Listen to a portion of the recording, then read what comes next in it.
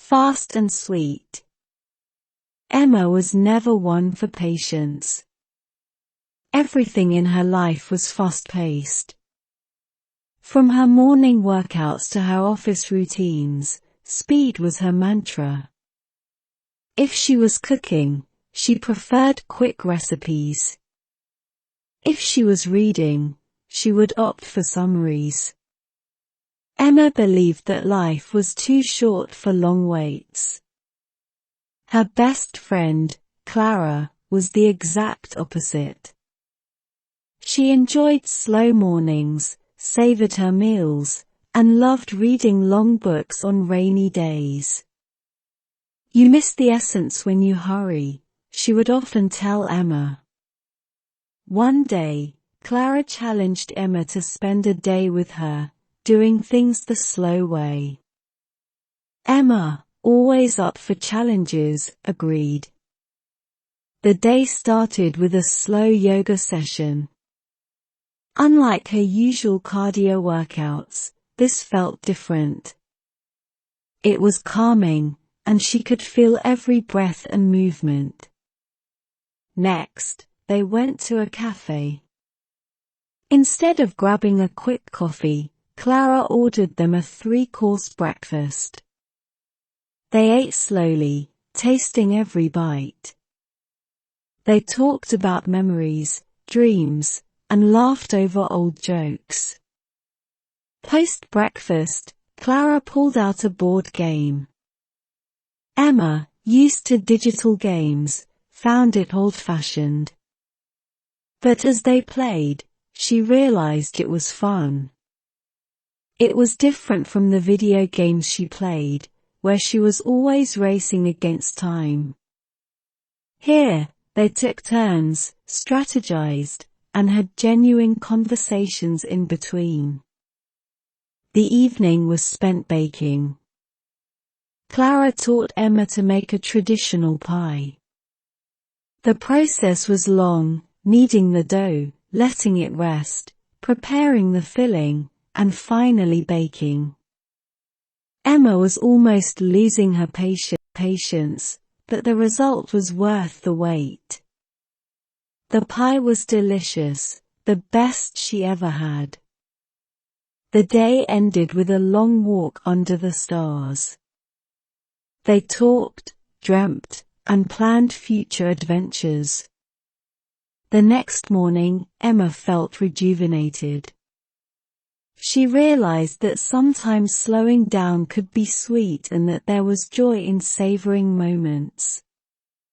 She didn't change overnight.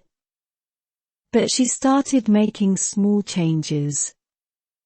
She began reading full articles, cooked elaborate meals during weekends, and occasionally enjoyed long walks. Emma learned that life wasn't just about being fast. Sometimes the sweetest moments come when you take your time. The long process.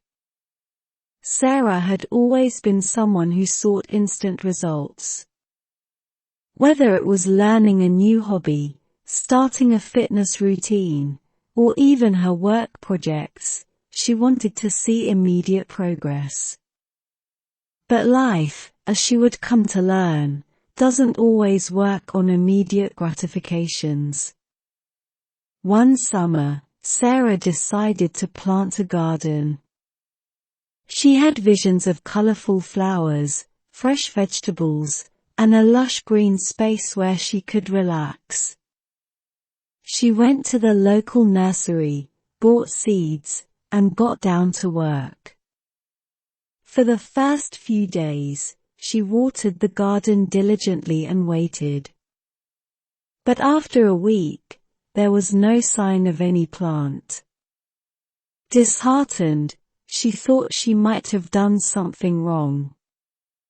Maybe the soil wasn't fertile enough, or perhaps she watered them too much or too little. Seeing her frustration, her neighbor, Mrs. Green, an elderly woman with the greenest thumb Sarah had ever seen, came over. She explained to Sarah that planting a garden was a long process. "You can't rush nature," she said with a gentle smile. Mrs. Green taught Sarah about the importance of patience, the right amount of sunlight, water, and the correct soil mixture. Days turned into weeks. With Mrs. Green's guidance and a lot of patience, tiny shoots began to emerge from the soil. Sarah was ecstatic. Each day, she would measure their growth, no matter how minuscule. Months passed, and Sarah's garden began to flourish. Bright flowers bloomed, and she could see tiny tomatoes and cucumbers forming. The garden became her sanctuary. She spent hours tending to her plants, reading in the garden nook, and simply enjoying the fruits of her labor. Through this journey, Sarah learned a valuable lesson about patience and the importance of the process. Not everything in life gives instant results.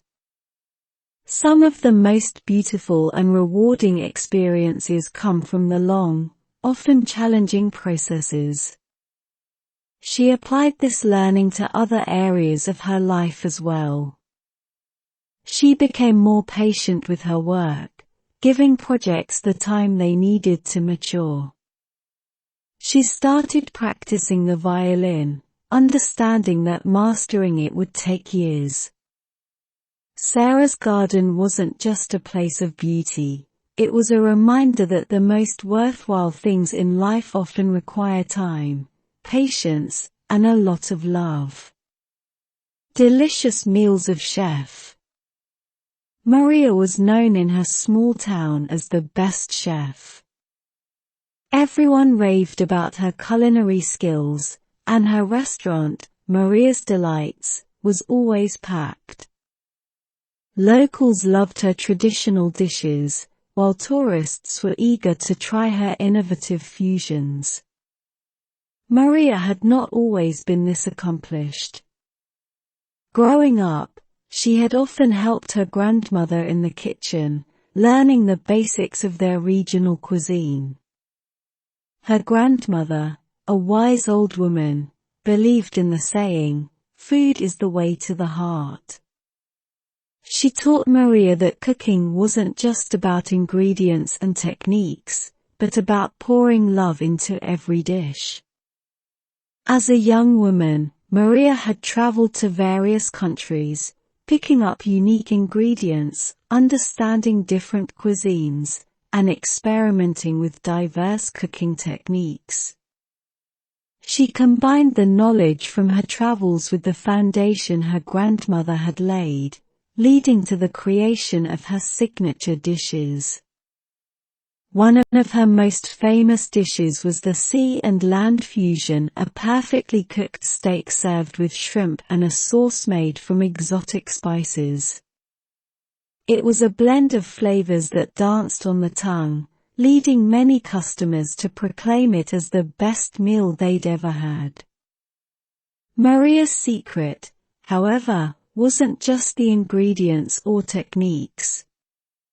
It was her dedication to understanding her customers.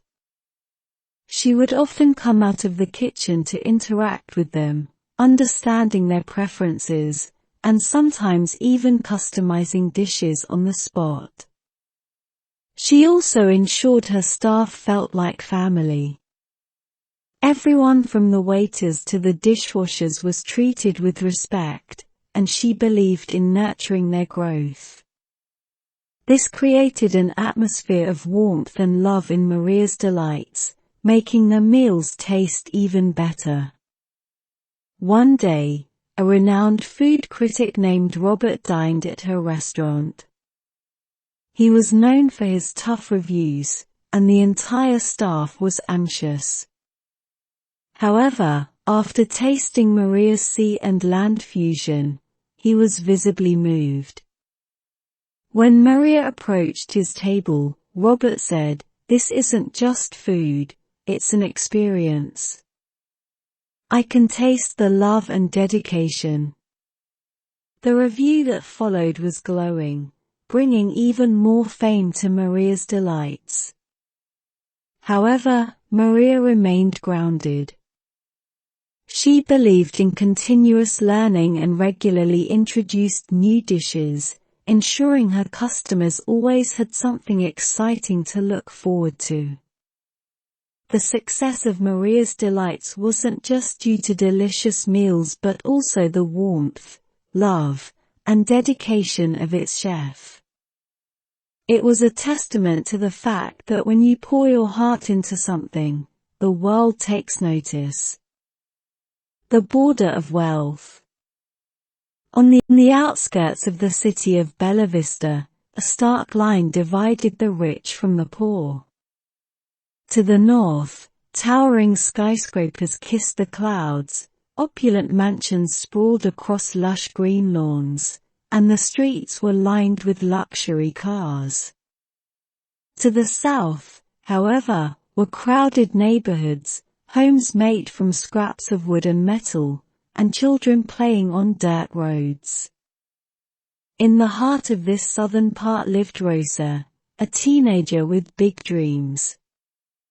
Every day, on her way to school, she would cross the border of wealth, taking a shortcut through the northern part to reach her school faster.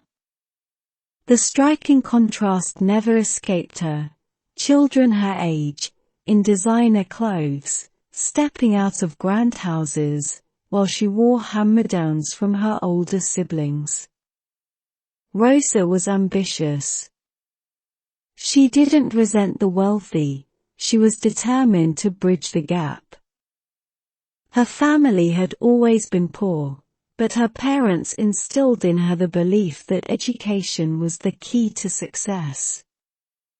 So, Rosa studied hard, always topping her class, and worked part-time in a local grocery store to save for college. One day, while Rosa was helping her mother at the local market, she met Alex, a boy from the northern side. He had ventured to the southern part out of curiosity and to buy some local fruits that his fancy supermarkets didn't offer. The two struck up a conversation, and soon, they became fast friends. Alex introduced Rosa to the world of the North, the libraries, the theaters, the art galleries.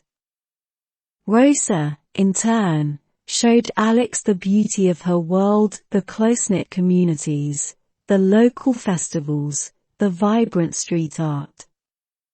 They both realized that while there was a physical border dividing their worlds, there were more similarities than differences. They teamed up for a school project, aiming to bridge the gap between the two sides of Bella Vista. With the help of their teachers and some local business owners, they started an initiative where students from both areas would collaborate on projects, learn from each other, and share resources. The project was a resounding success. The children from the North learned humility and gratitude, while those from the South gained confidence and a broader perspective. The border of wealth began to blur, and a new, united community emerged. Rosa went on to receive a scholarship for a prestigious university, and with Alex's help, she also started a non-profit dedicated to uplifting underprivileged communities. Alex, inspired by Rosa, took over his family's business and ensured it had a strong focus on corporate social responsibility. The border of wealth in Bella Vista might never entirely disappear, but thanks to Rosa and Alex, it became a place of collaboration, understanding, and shared dreams. They proved that wealth wasn't just about money, it was about richness of the heart and mind.